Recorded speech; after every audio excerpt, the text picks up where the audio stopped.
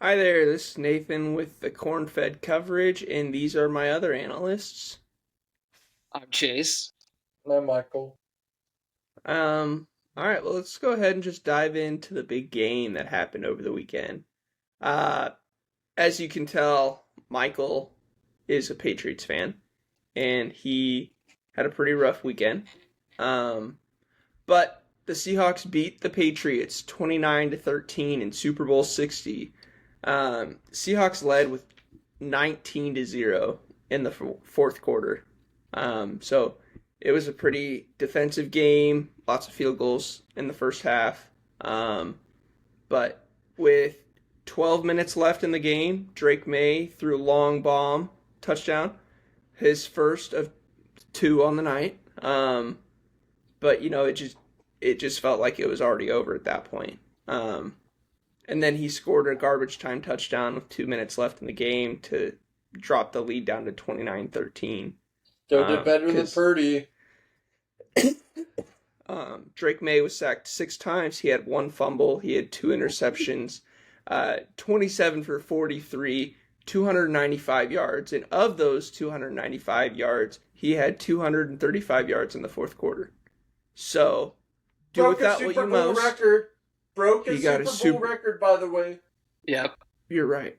Most passing yards in a quarter. But then he also broke 2 other Super Bowl records, unfortunately. They're going to take that straight to Canton, Michael.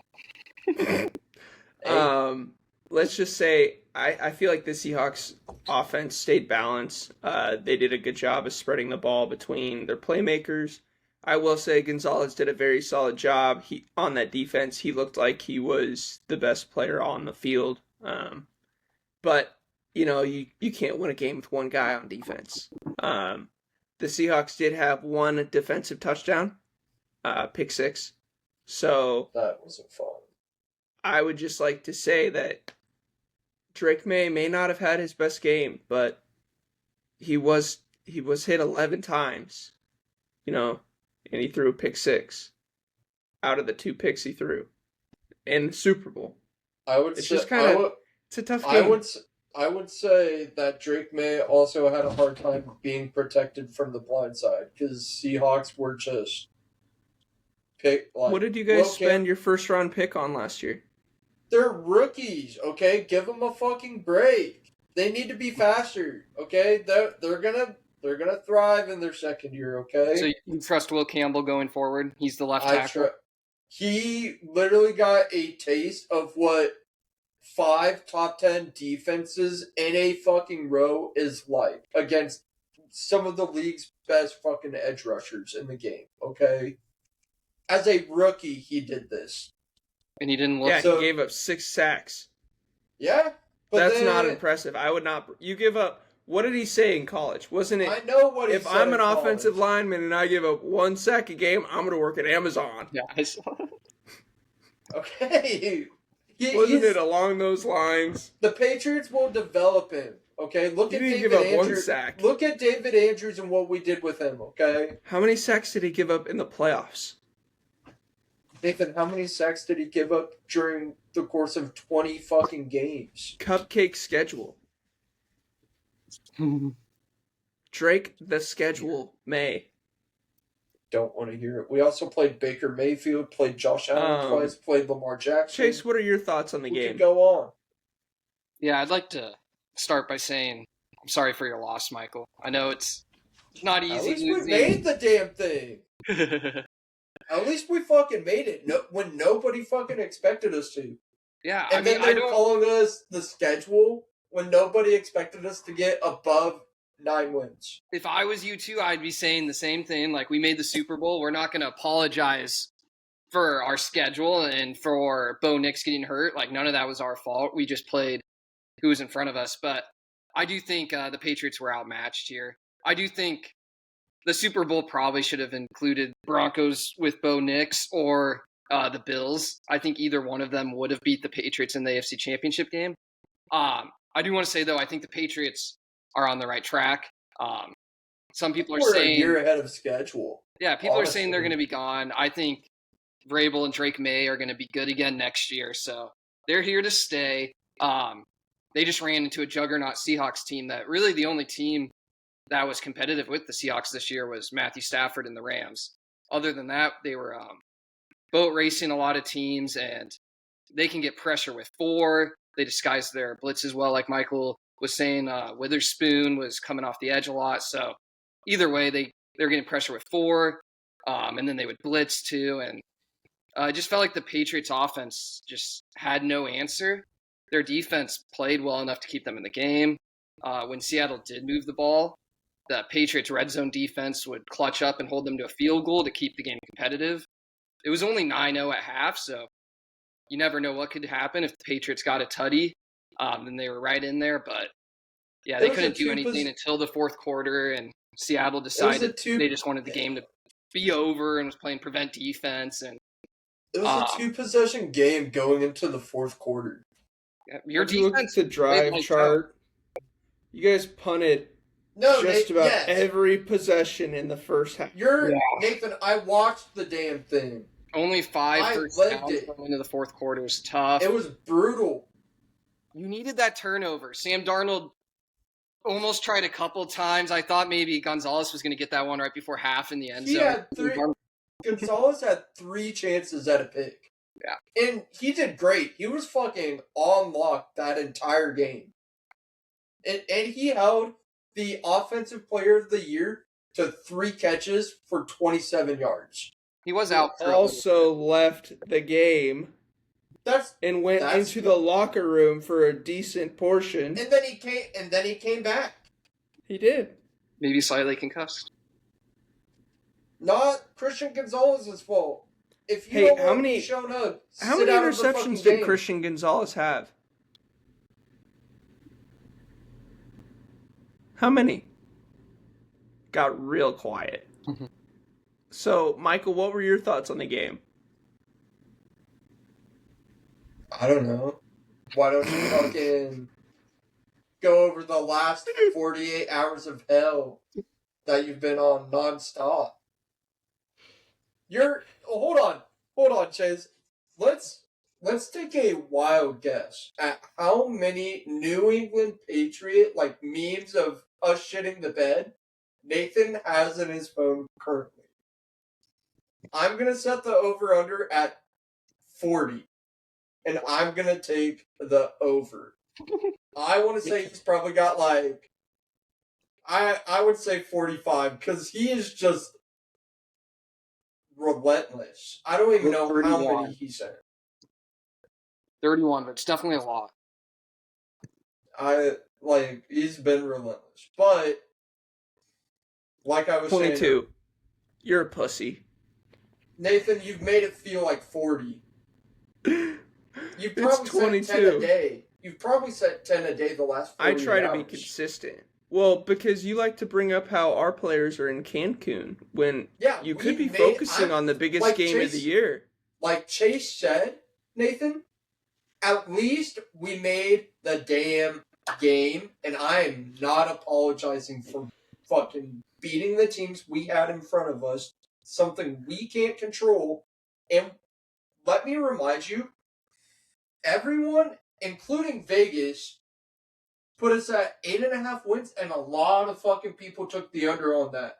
I took the under on that. I fucking doubted our team in the beginning of the season. And then those first 3 games where we went 1-2, brutal. And the reason why we lost all of that was because of us turning the ball over. And we fixed that throughout the rest of the season. Yeah. I lived that game, okay? It was brutal. But we made the fucking Super Bowl, okay? Drake May, as a second-year quarterback, with a new OC, a new head coach, and a new line, made the Super Bowl. Your team didn't do that, okay? Dan Marino made a Super Bowl in his second year. He never went back. Drake May might be going back. You never know. Brock Purdy made the Super Bowl his second year. Right now, he was also MVP frontrunner. Right now, the Patriots are plus 1,300 favorites to make the Super Bowl next year. Chargers right behind you, plus 1,500 and favored to win the AFC West. But this is about the Patriots. And the Seattle Seahawks. But And how and badly the Seahawks and put hold B&A on. on the You're not Patriots. even letting me finish this. I have to give the Seahawks credit where credit's due. Okay, their defense They got was the fucking credit. abysmal. It's in the trophy. I'm fucking talking about the credit from me as a Patriots fan. Fucking bum. Jesus. But the Seahawks defense was relentless throughout the entire game. Our left side of the line was definitely taken advantage of. Okay. Will Campbell was on his ass more than a couple of times. And I was watching all of that. And we tried switching Johnson and Campbell around, and that didn't work. Apparently, one of the New Orleans Saints, star left tackle, left guards who played for the Saints over 10 years, reached out to Will Campbell to see if he wanted to come and train with him in the offseason. So, take that with a grain of salt. But he has another 10 weeks to start getting better. Okay? And so does our entire offensive line. And the Patriots, again, are in top 5 of cap space going forward this year, too. And people say we have a wide receiver 1, and yes, I will say Stephon Diggs is a wide receiver 1, but he's a B tier wide receiver. He's gonna get locked up. And he had 1,000 yards receiving this year. He had a pretty bad. Him and Cardi B, I heard, are broken up now too. I don't give a fuck about the fucking drama. Okay, he has 6 kids with 5. I don't think it's just drama, Michael. It's legal trouble. I believe his arraignment is coming up soon. Yeah, I think it's I don't care. I don't care. I do not care about the drama. I just care about the fucking team and how we do on the field. Off the field, you want the thugs. Off the field, if they're bums, they need to get fucking strained out. Okay, I can't control that. Only they themselves, as grown men, can control that. Okay, I can't do anything about that. What do you want me to say? Yeah, he's a thug, Nathan. Is that what you're fishing for? Because I'm not going to say it. He's a New England Patriots wide receiver, and arguably, he was one of the best wide receivers. He was Justin Jefferson before Justin Jefferson for the Vikings. Okay, I'm not gonna downplay any teammate of the Patriots without due process. If he fucked up, then he fucked up. He needs to. I feel like Will Campbell should be prosecuted for his Super Bowl performance. I feel like the 49ers GM should be prosecuted for thinking it's a great idea to put a fucking stadium next to an electrical substation. Fuck you. But you don't even let me fit. I have to go all the way back to talking about Seattle's defense because you sidetracked me. Okay? But they played relentless, and they made our line look not good. Okay? It was bad. But I watched that entire game. I did not take my eyes off the screen. I was there in support the entire time. You liar. I have a picture of when you took your eyes off the screen. You pulled your jersey up over your head. Because you FaceTimed somebody and said, "Show me Michael." The screen. He was shedding a tear. There was still time on the clock. Besides the point, Kenneth Walker also had his way with our defense. I don't know if it was the Seahawks line just opening holes for him, but he just had one hell of a game. So Super Bowl MVP Kenneth Walker. Yeah, not in Jigba like everybody thought. And Jigba was the favorite going into the game. But besides the point. Now, with the Patriots, Mike Vrabel's going to get these guys developed. Our team is going to learn from what happened against Seattle. They're going to address what needs to be addressed, which is our linebacker core, our D-line, and our O-line. And our receivers. Our running backs are fine. I think they're great. I think Travion Henderson and Ramondre Steven are both great backs. Travion Henderson is also a rookie as well. So we have a really young offense, at least on the line and in the backfield. But then our receivers go Stephon Diggs, Mac fucking Hollins, Kenneth Williams, Demario Douglas, which Pop Douglas, and there's one more Doug. But yeah. And Efton Chisholm Jr., or the third. So both Efton was a 7th round pick by the Patriots from Washington State, so he's a rookie. And then we also just have Pop Douglas, who I think is in his 2nd year with the team. So, and we got Kayshon Boutte too, and he's also in his 2nd year with the team. So we still have young wideouts that we could potentially develop, and we did a lot with not that many pieces on our offense. So now with the cap space, we could go out. People are thinking we could get Max Crosby or AJ Brown, so that would be interesting. Maybe one. You never know. But I feel like the Raiders are going to want a massive haul, and it may not be worth resetting your franchise.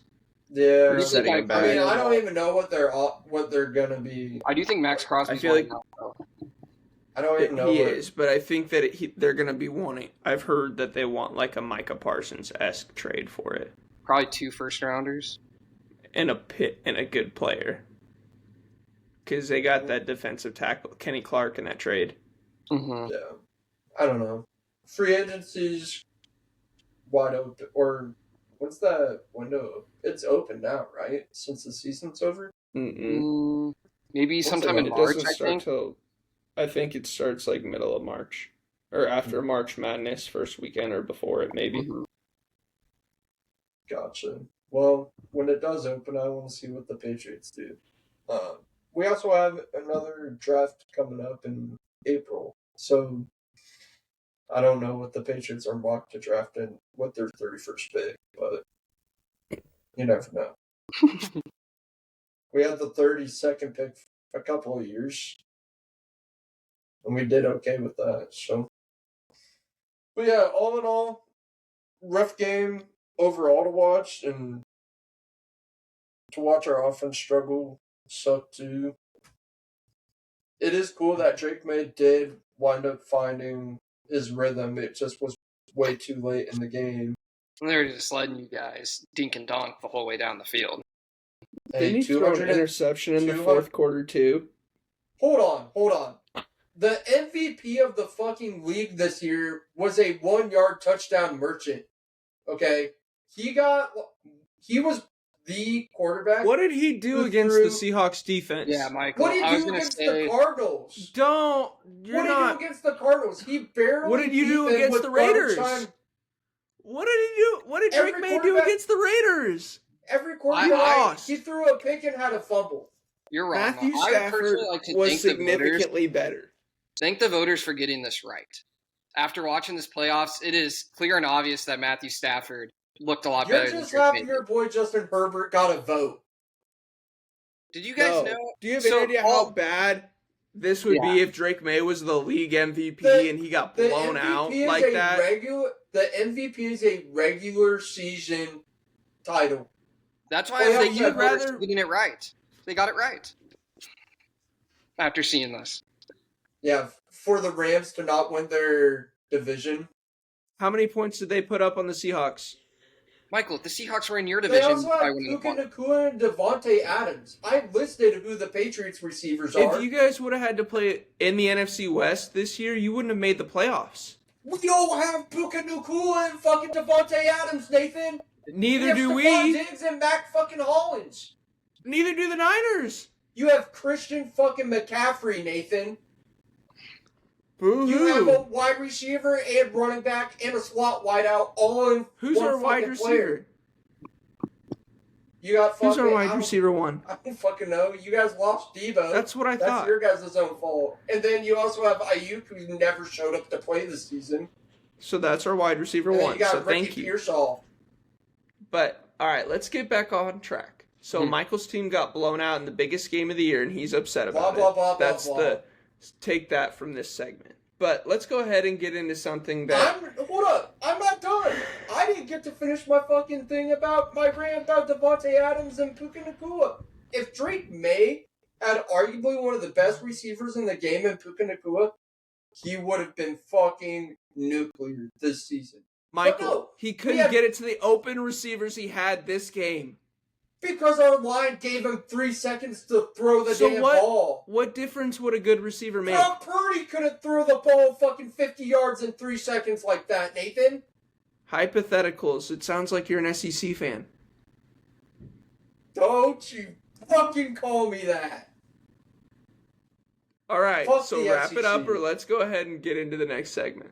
Are you Drake done? May will be okay next year. Just you wait. He's going to have his Darth Vader, and he's going to go fucking Darth Vader Rogue One on the entire fucking league. I think there's a Just possibility wait. Josh Dobbs would have gave you guys a better chance to win the Super Bowl. Okay.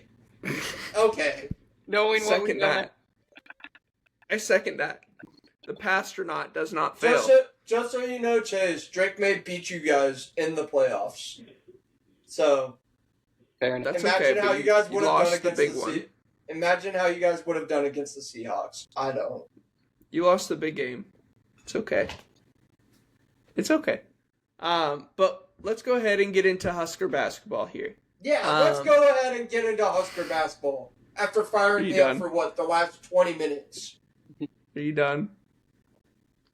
I don't All know. right, so- Is my face not fucking red anymore?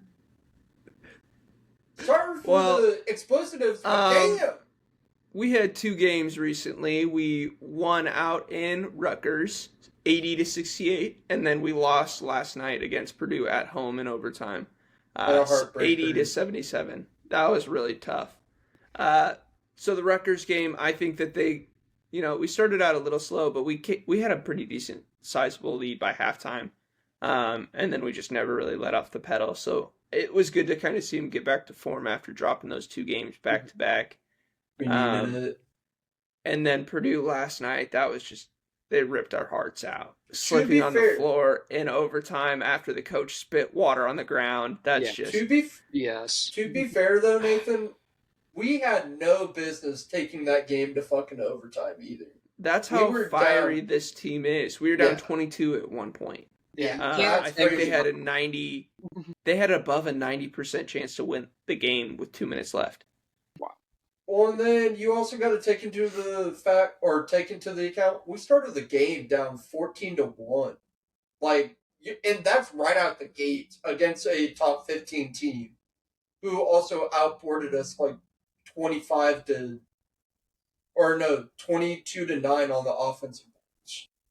Yeah. So that It was doesn't good to help either. see Rank Mast kind of Yes. get back into form.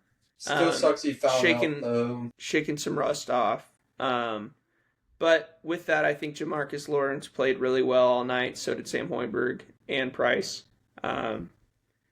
It's just a bad taste in our mouth. But I know for a fact that this team, with the fire that we showed last night, the ability to come back down 22 against a team like Purdue, where we're probably not as well matched for the boards as they are. But I just feel like we could not get any shots to go in early in this game. But with that being said, we've got a couple games coming up this week. We have Northwestern.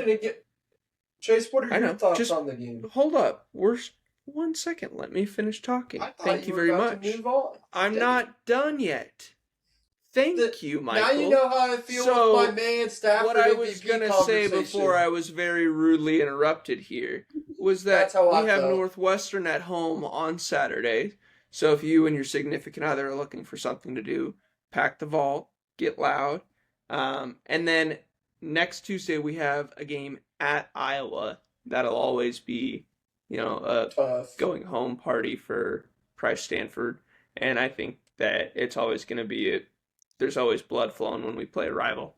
But yeah, Chase, now we can go ahead and sorry about that. But what did you think of the games this last week? Thank you, Michael, for not letting I my got voice you. be heard. I got you. But yeah, Valentine's Day, Nebraska versus Northwestern. I think we are going to murder them in that game. I'm interested to see what the spread is. I think we're going to win by like 15. So if the spread is under 10, I'll probably be betting on the Huskers this weekend. And then, yeah, the Nebraska Purdue game. Tough game. We just started so cold offensively. I felt like we were playing okay defensively in the first half, but we just could not make a basket. We had like 10 points and we're like 10 minutes into the game. I didn't know what was going on there, but they did finally warm up, started hitting some shots. Defense was playing clutch there. And just magical that we were even able to tie that game. I was like, what the hell's happening? We were down so much. I thought it was over for sure. And then since we fought all the way back, sent it to overtime, and the way our defense was playing, I thought we for sure had them in that overtime with the home field crowd too. But yeah, just tough loss. We've lost to Purdue, Illinois, and Michigan. Probably the other, besides us, the other best teams in the Big Ten. And we've only lost to good teams. I'm seeing some people being like, see, I told you guys Nebraska's are frauds. I'm like, we've lost to Michigan by 3 at Michigan, lost to Illinois by 9, and lost to Purdue in overtime. I think we're going to be fighting all the way through March, and I think we're going to be in for a fun month and a half that we got left in the season. Couldn't agree more. Michael, what about you? So yesterday was Chastity and I's 3-year anniversary, so her and I watched movies and stuff. So I was following along with the box score most of the game. Congrats. The one thing that just killed us that entire game was that offensive board total. Purdue could take 3 shots where we would take 1 shot on our end, and they got 3 chances to make it, and then obviously we would only get 1 chance to make it because we were getting outboarded that entire game. And like I said earlier, we had no business taking that game to overtime. We were down 19, and that game was 3/4 of the way over. You know, it's awesome that the boys were able to find a way to even scratch and claw their way back into that game, because Purdue is I think they're kind of a sleeper, because not a lot of, like, they're top 15 for sure, but they were preseason number 1 going into the year. I just think they're a lot better team than what their ranking was, And I also think Nebraska is a lot better of a team, because we arguably played our worst half of fucking basketball this season, and then we also arguably played our best half of basketball this season. And Nebraska is now, let's see, we came back against Indiana at Indiana down 15. We were down a little bit to Illinois. I don't know if it was by a lot. I thought came back a little bit. I thought we were down like 12, maybe 14, but I'm not entirely sure. And then we were also down to Purdue and Michigan. We were down like 6 at Minnesota, and then we blew them out in the second half and won by like 20. Yeah. So I think the Skurs men's basketball team will be all right. Like you said, Chase, I think we're going to be battling the next month and a half. Now, I just want Fred to get the boys right. Don't let them, forget about the past couple of losses, but also find a way to move on and learn from it going forward. So these games are huge. We're going to be battle tested come March. Oh yeah, and we still have the Big Ten tourney as well. Yep. I wonder how that'll all shake out, but we can talk about that later too when that comes up. But just kind of around the horn, there were a lot of upsets in the top 25 in the last week or so.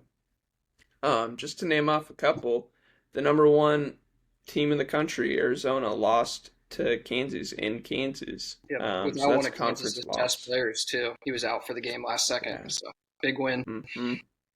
Yeah, lots of controversy surrounding Darren Peterson. I've heard a lot of different stories, so we'll see kind of what plays out for him come the rest of the year, kind of in the future. He's a hell of a player, though. Yeah. But that's a great performance by the Jayhawks. Another one, North Carolina beats number 4 Duke 71-68 with a buzzer beater on Saturday. That was a hell of a game. Yeah. North Carolina did not lead until the very last second. That's why you watch college basketball right Yeah. there.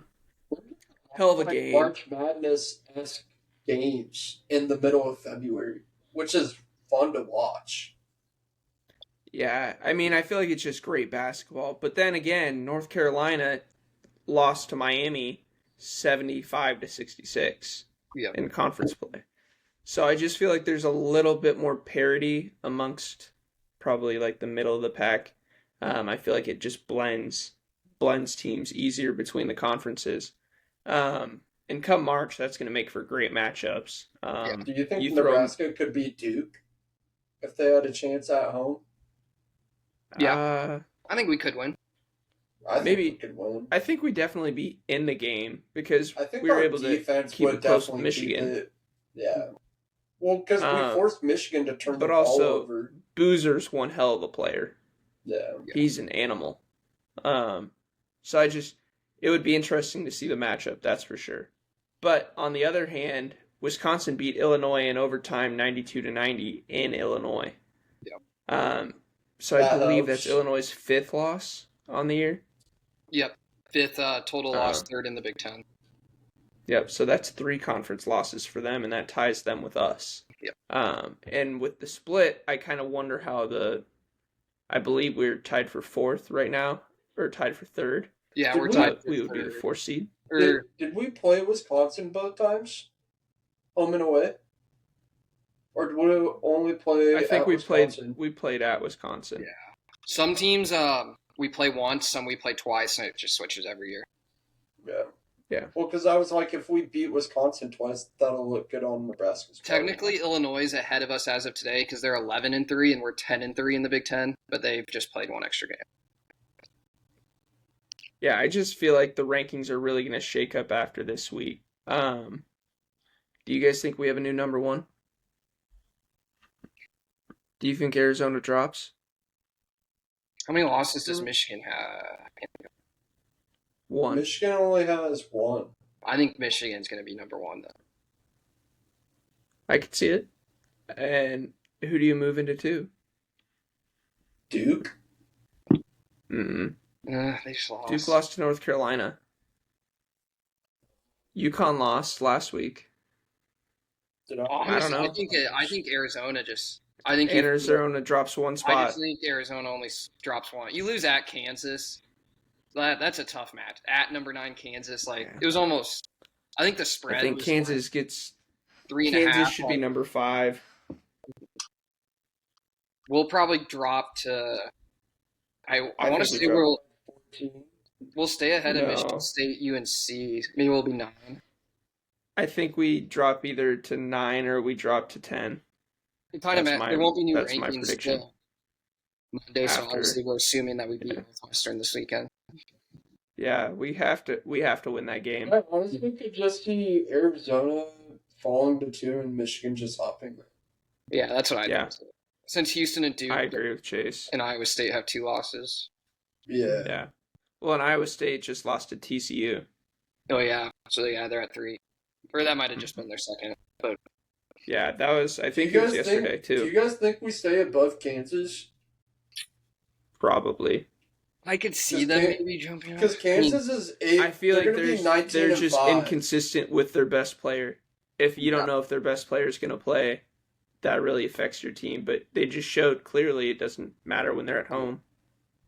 I think that's the farthest we drop is behind, because I just feel like we'll stay ahead of Michigan State because we beat them, and then North Carolina just lost, so I think we'll stay ahead of them.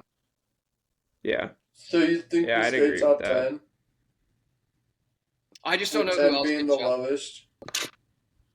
I don't know who'd jump us either. Well, especially with North Carolina losing to Would Miami. Illinois jump us? Yeah, I think Illinois is going to jump ahead of us. Well, they just lost 2. It's so it's Yeah, hard they to, just lost in they lost in overtime to Wisconsin, and we lost overtime to Purdue, and Purdue's technically, but Purdue's ranked. yeah, that's What how about They're much Gonzaga? better than Wisconsin. we just don't Gonzaga even lost. call. Gonzaga lost to Portland. Don't even talk Oh, about them really? yet. They're in timeout till March. Florida has 6 losses, but I think they're really good, and they're coming into form now. I think they could. I have them win it to all. win the SEC. You do? Yeah. I think. I mean, I think they could win out maybe with their schedule. So we'll see what happens with Florida. Virginia's 20-3. Yeah. I just I can think see that it'll them be really jumping. interesting to see what happens this weekend and then how the rankings will kind of come into shape and come into form on Monday. I think Texas Tech Houston play this weekend. Some other big matches. Iowa State, Kansas play Saturday at the That'll be same a good time one. as the Husker game. And then Iowa That'll be a good State matchup. plays Houston, and then BYU. They have a gauntlet these next 3 games. Yeah. Yeah, But with That's that, crazy. was there anything else you guys wanted to talk about before we sign off?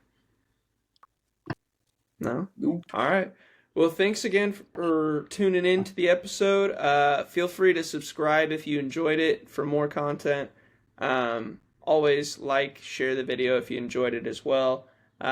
Comment what you think happens in the Husker Northwestern game this weekend. Do we win? What do you think the line's going to be? And we'll address it come next week's episode.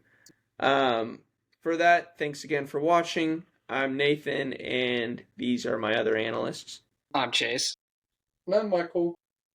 And we're the Cornfed Coverage. Have a good night. Let Michael know how you thought about the Super Bowl.